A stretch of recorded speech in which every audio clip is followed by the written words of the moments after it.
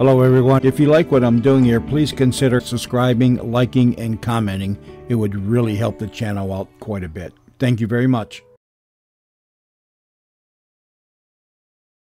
Crime Photographer.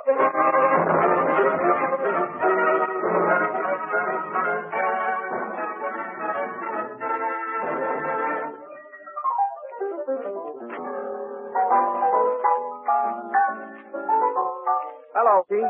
But say, you know, I was asking a guy in here the other night to name me one of the oldest industries in America beginning with the letter G. I can see what you were leading up to. Yeah, but you know, he's been listening to our program, and he says right away, glass making. Right, Ethelbert, it is glass making.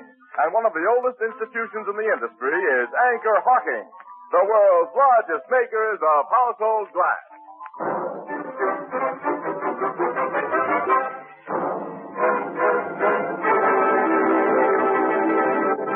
Crime Photographer, brought to you by Fire King Oven Glass.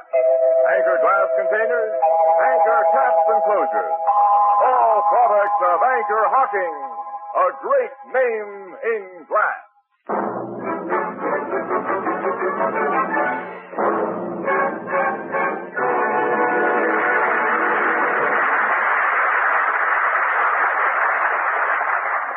Good evening, ladies and gentlemen. This is Tony Marvin. Every week at this time, the Anchor Hawking Glass Corporation brings you another adventure of Casey, crime photographer, ace cameraman who covers the crime news of a great city. Written by Alonzo Dean Cole, our adventure for tonight, The Duke of Skidrow.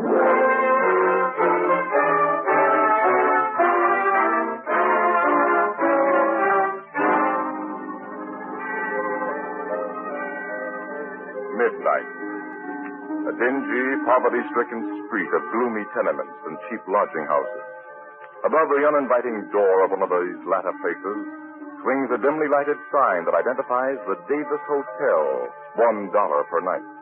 A taxicab stops in front, and a tall, very thin man alights from it. His clothes are shabby but clean and well-fitting. In one eye is a monocle, in his hand a jaunty walking stick. How much do I owe you, please? The meter says $2.70. It is $5. Keep the change. Huh? Say, thanks. Good night. Hey. Yes?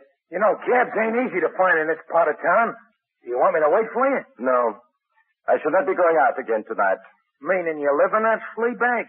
You may draw your own conclusion about my residence in the Davis Hotel. Oh, no offense, mister. Thanks again, and good night. Good night.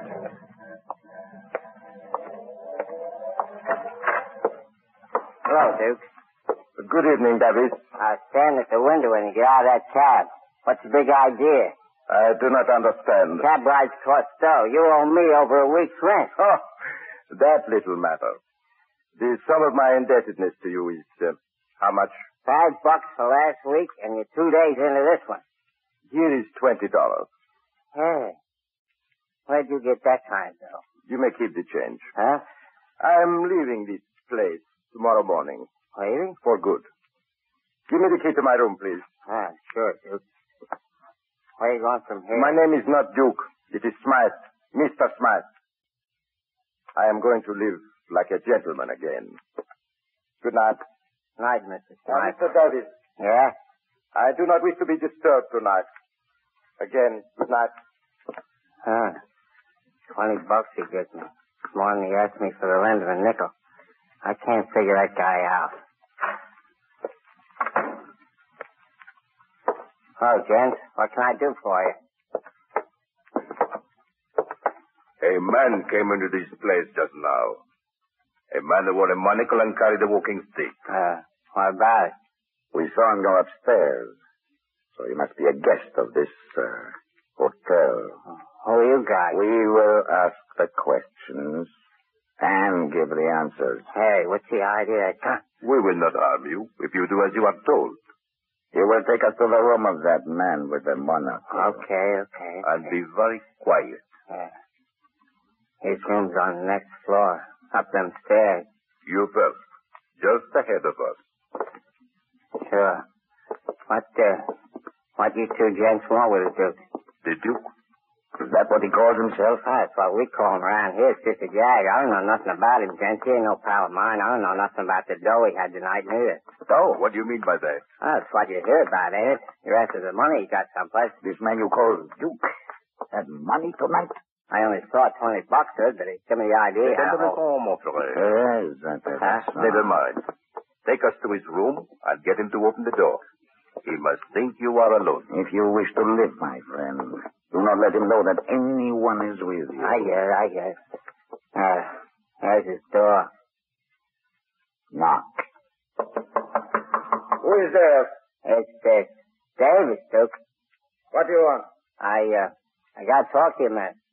I told you I do not want to be disturbed. It's about a personal matter, Duke. Open the door. Oh, very well. The gates, Anton. No, be spectacles. You. Enfin. Please. You are going with us, Anton. No, I think... And you will go quietly. Don't. You slugged him with that gun. Quiet, innkeeper. It was necessary. Now, for you, innkeeper, here is $100. That C note for me? Put it in your pocket. Oh, thanks. It is in payment for your services and for what we are now compelled to do. Well, what do you mean by that? This.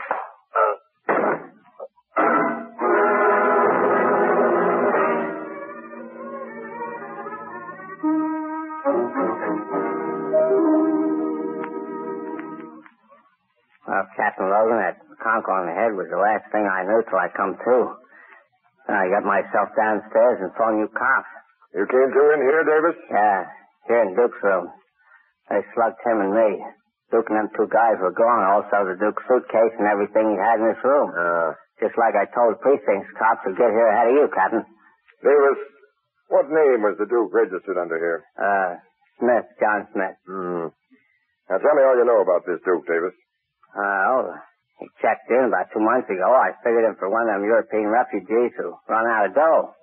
During the last couple of weeks, he run completely out of it. He hung me up for his room and getting his only meals at the mission soup kitchen. You say he acted like a guy who once had plenty. Yeah, not just plenty dough. He acted like a Duke in the movies. That's how we gave him his name. He used big words and spoke a lot of languages. Now, what nationality do you think he was? No one could dope that. He never said. You're going to be a big help to me. And the two men who came here for him were foreigners, you say? Well, they give out in a foreign language a couple times, but I didn't get any of it. I only parlay good American. Well, come on down to headquarters with me. You may find their pictures in our file. Okay. You take charge here, Sergeant. Yes, Captain. All right, what's that? Just getting a picture of you, mister. You too, Logan. So you're here, Casey. Yeah. Andy and I have been getting the yarn from the precinct cops who got here first. We were just going to start upstairs for a get-together with you. You learned anything new, Captain? If you got the story from the precinct guys, Miss Williams, you got all of it. Oh, but what do you think about it? How can I know what to think yet? I haven't anything to work on, and I won't have until I can learn more about this Duke and the guys who took him out of here. Their descriptions have already gone out. Naturally. The precinct guys got that on the radio and teletype first thing. I'm taking Davis to headquarters now to look at pictures. Wait, Captain, that's my fault. The sergeant will handle it, Davis. Hello? Miss Williams and I will follow your car to headquarters, Logan. Okay, Casey. Yeah. Now, let's go. Captain, wait. What is it, Sergeant? Second precinct on the phone, sir. One of their men has found the Duke. Found the Duke. The description fits all right, and the guy is dead. I'll talk to second precinct. Hello, Captain Logan speaking. Where is the body found? Hey, underneath the dock. Casey. This is getting interesting, Annie. Say that again. He'd been tortured before he was hanged, huh? Very interesting, Casey. I'll be right over. Goodbye. Seems you've just learned more about the Duke and the guys who snatched him, Logan. Yeah. Or have I?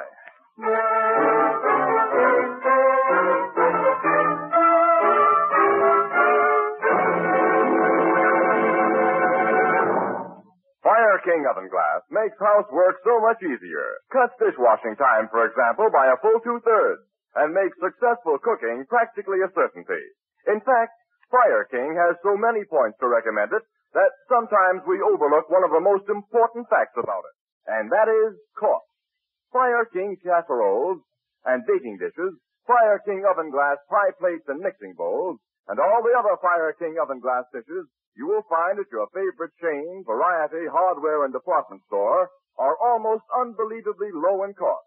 And each piece is guaranteed for a full 2 years against oven breakage. Ask for Fire King Oven Glass by name. It's a product of Anchor Hawking. A great name in glass.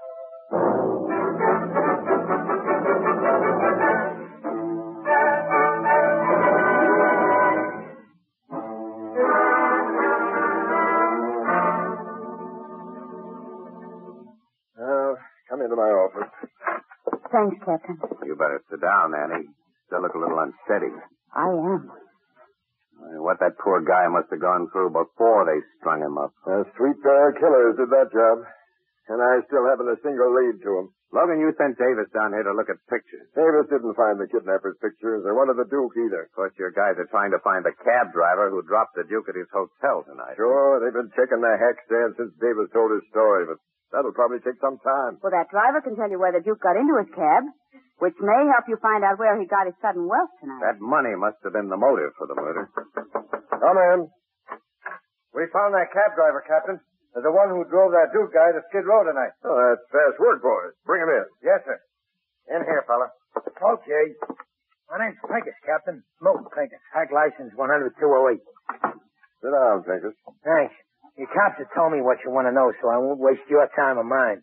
The skinny guy with the cane and the one-wind eyeglass I took to that joint on Skid Row, I picked him up on a call. A telephone call? That's right, a phone call which tells me to come to 300 Summit Road, which is Mr. Matthew Brinsley's residence. Huh? What? Matthew Brinsley? Yes, sir. So I go there, rings the doorbell, the butler says to wait a minute, and then the skinny guy with the eyeglass comes out and gets into my hack. He came out of the Brinsley mansion? Yeah, but he didn't look to me as if he had two dimes to rub together. And when he told me the place where he wanted to The go... Davis Hotel? That's the joint. Well, when we get there, to my surprise, he hands me $5 and says, keep the change. Ah. What time did you drop him off at the hotel? Around midnight. That fits Davis's story. Did your passenger have you make any stops between the Brinsley house and the hotel? No, sir. Or did he talk to you during the ride? Tell you anything about himself? I didn't hear a word from the guy after he told me where to go until he got out. Now, when your pair got out at the Davis Hotel, did you see anyone on the street who might have been watching him, waiting for him to show up? Yeah, I noticed two guys standing in the doorway across the street. Yeah? Yeah, but I didn't pay them no attention. The only thing on my mind was to get out of that lousy neighborhood where there was no business for cabs. You drove away immediately, huh? Yep. Okay, Pincus, you can go. Thanks, Captain. I want to get back on my job. So long. So long. How do you like the Duke's connection with Matthew Brinsley, Logan? That's a hot one, isn't it? Brinsley's a multimillionaire. Yeah, now that cab driver says the Duke had dough. Enough to give big tips. You know, Brinsley's been in several jams and his money's got him out of cases. Yeah, I know. For receiving stolen property. Oh, Casey, a man with his Oh, wealth? he's no fence, Annie. He's a collector of historical antiques. He's a bug on the subject. too. Yeah. And I've got to see what Brinsley has to say about this business. When? I'd like to go right now.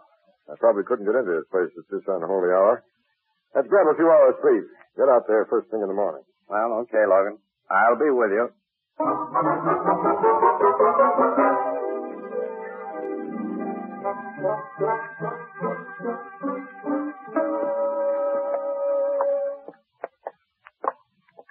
Quite a joint, this Brinsley mansion, Casey. Yeah, I'll say.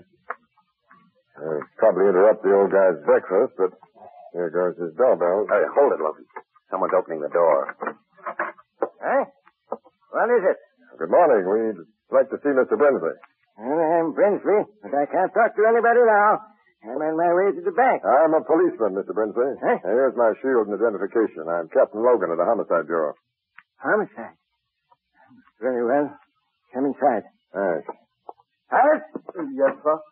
Tell the chauffeur to wait. I'll be slightly delayed. Yes, Mr. Brinsley. Sit down, Captain, and... My name is Casey. What are you gentlemen here for? I haven't committed any homicide. Mr. Brinsley, you had a visitor last night, a tall, thin, shabbily dressed man who wore a monocle. What about him? I want you to tell me all you know about it. Why? He was murdered after he left your house.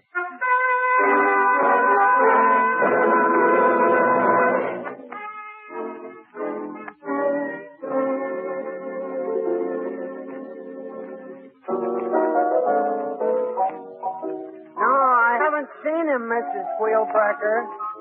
Huh? Oh, yeah, I get it. Yeah, sure, Mrs. Wheelbreaker. Oh, dear. These women. Here's your drinks, Casey, Miss Williams. Thanks, Everbert. I was hoping you'd show up pretty soon. So it was just a heart attack that killed the old guy, Casey. He wasn't murdered. Yeah, Brinsley's death was a perfectly natural one, Ethelbert. Oh, not altogether, Casey. From what you told me, the shock of hearing about the Duke brought on the attack. Yeah. At first, I figured the Duke stole something to Brinsley. Some antique he'd stolen, maybe. Yes, but Logan hasn't been able to find anything that Brinsley might have bought from the Duke. And as Brinsley wasn't out of his house after the Duke left it last night. There wasn't nothing in that leather bag Brinsley took into his study? No, nothing but some very legitimate bonds. That's what he was taking to the bank. Yeah, apparently. Mm-hmm. The way that old guy hung onto his bag, even after his heart began to kick up. And he insisted on going into his study alone, and he closed the door.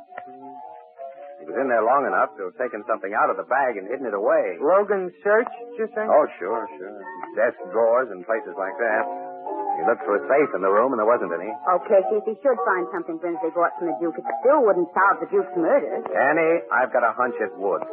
Well, now, I don't see how. I think those two well-dressed foreigners who went to the hotel for the Duke were looking for the thing he sold to Brinsley. And I think if they believed that they could still get their mitts on it, they just might... Say, Annie. What? Logan said he was going to the Brinsley house again. He ought to be there about now. Let's you and me go there and join him.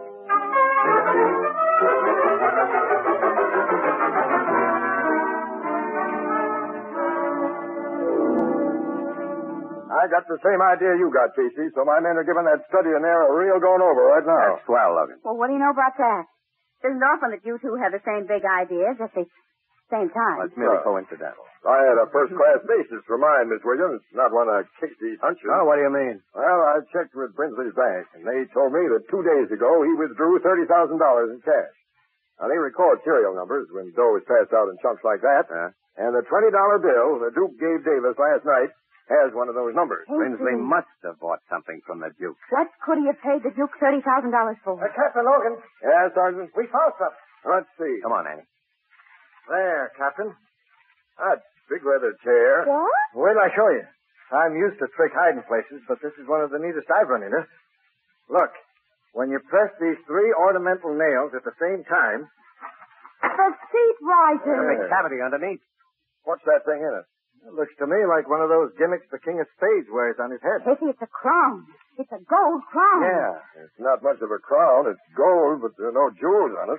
I was just saying to myself, Captain, why hide that thing? It ain't worth more than $100. It's probably worth $100,000, Sarge. Huh? It's old and antique. Can't you see that? That crown would have fitted nicely in Brinsley's little bag, Logan. He may have thought you knew the Duke had sold it to him, that you'd search for it.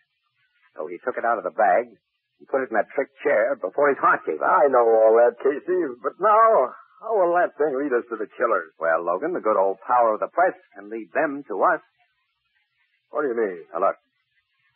The only metal in this chair are the nails and coil springs.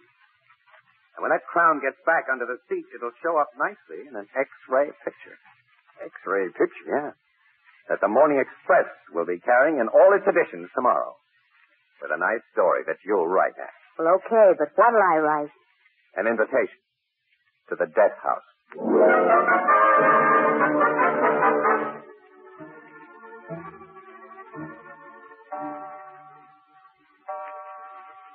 Oh, 2 o'clock in the morning. And we've been sitting here in the dark for almost 6 hours. Well, they couldn't have a more comfortable place to sit in the dark. Old man Brinsley put nice chairs in his house. You know, Casey, I don't think those men will come here. I don't either, Miss Williams. Only chumps would fall for that stuff in the Express this morning. But aren't murderers chumps? Your come on was too broad, Casey. That X-ray picture showing the crown and that leather chair and Miss Williams' story. It was a darn good story, Logan. Thank you very much. I gave a reasonable explanation for that picture. I explained that the police, in looking for clues, had to take X-ray shots of almost everything in the house. Because Brinsley's executors wouldn't let the police tear things apart or remove anything from the house. Yeah, you made it sound very logical, Annie. I played up the crown shown inside that chair as a big mystery to the cops. Yeah. Well, naturally, I didn't say that it was a trick chair that you'd been able to open. And I gave a reasonable explanation for everything else, and I'll come on, too. For the house being empty of servants tonight, and for... Well, the real come on outside of that picture was the truth she wrote about the Duke's connection with Brinsley. The Duke undoubtedly told his murderers about that connection under torture, Logan. Man's story will clinch it. I hope you're right. Quiet. I hear. Somebody's moving toward the study. I think someone's taking advantage of that rear window we left open, Logan. We'll soon see.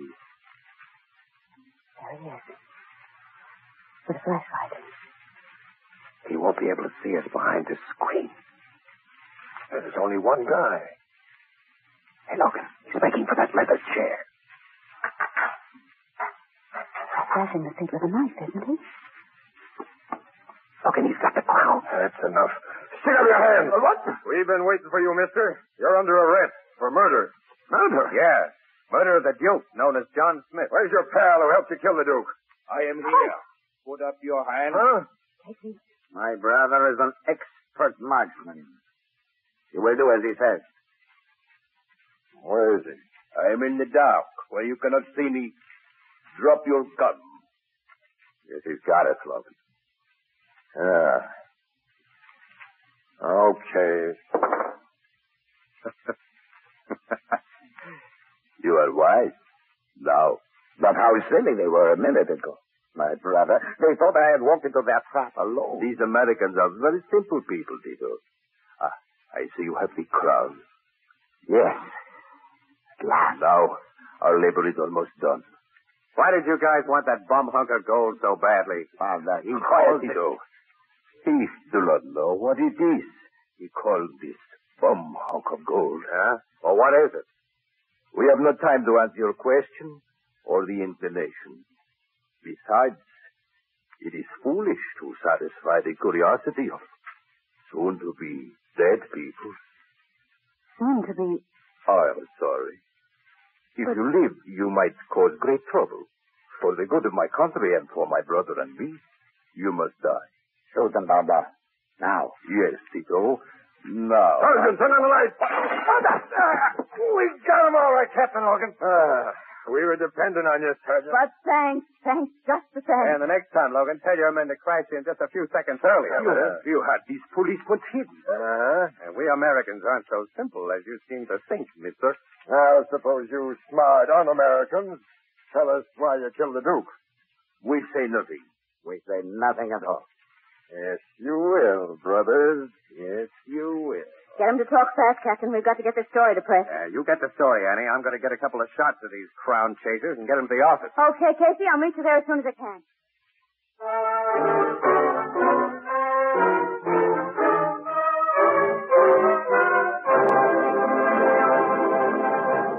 The traditional harvest moon is more than a month away, but already throughout America, most of the golden harvest of fruits and vegetables has been garnered, packed away for your use in the months to come.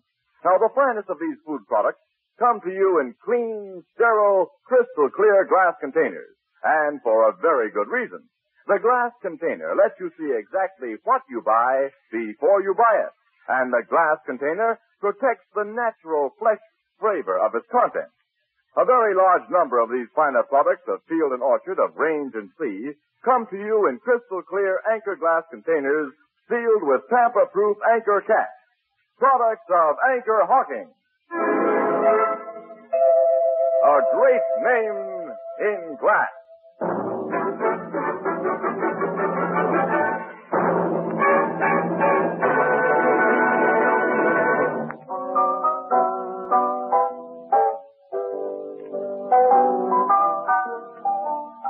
Logan made them guys talk, huh, Casey? Sure, Ethelbert. Oh, it wasn't too hard a job. After Davis positively identified them as the men who came to his hotel for the Duke. Tell me what they said. Well, to begin with, pal, they told us the Duke wasn't really a Duke. Oh, I knew that all along. He was only a count. Huh? He was an honest-to-God count, too, Ethelbert. From one of those little European principalities that went out of business after the First World War. Yeah, and the Duke, I mean the Count, was a relative of the king who'd lost his job. And he was also custodian of the royal crown, Ethelbert. He scrammed the United States with all that dough that he could lay his mitts on, and the sacred crown. Only the money gave out after a while, and he had only the crown left. So we finally sold the crown to Brinsley. But the guys who killed him? They were stubborn royalists, Ethelbert. Fanatics about restoring their king, who had to have his traditional crown if and when he was restored. They went after the Duke and finally caught up with him. They forced him to tell what he'd done with the crown, and then they killed him. See, they consider the guy a traitor, Ethelbert, so they gave him the traditional punishment for traitors, hanging. They even tied a real hangman's knot. That were a legal execution. Well, in their screwy minds, it was a legal execution. Some people are certainly funny. Yeah. But as my sister Edna says, quote, if all folks was like you and me, wouldn't the world be dull? Unquote. And you know Edna.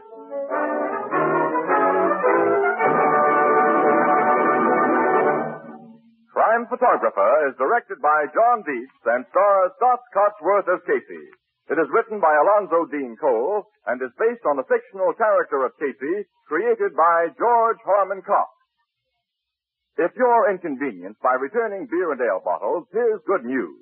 Anchor Hocking has pioneered a new kind of bottle, so inexpensive that it requires no deposit. It will shortly be released for civilian use. Watch for it. The more convenient Anchor Glass one-way, no-deposit bottle. A product of Anchor Hocking. A great name in glass.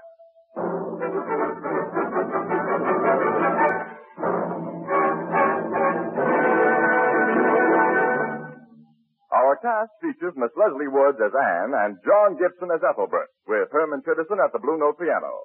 The original music is by Archie Blyer.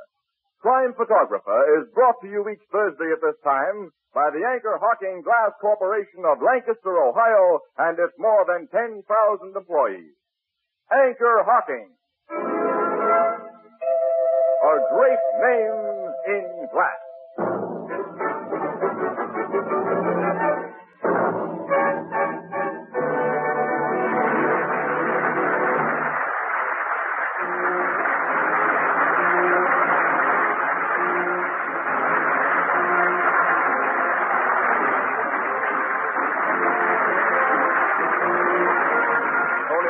Speaking. This is CBS, the Columbia Broadcasting System.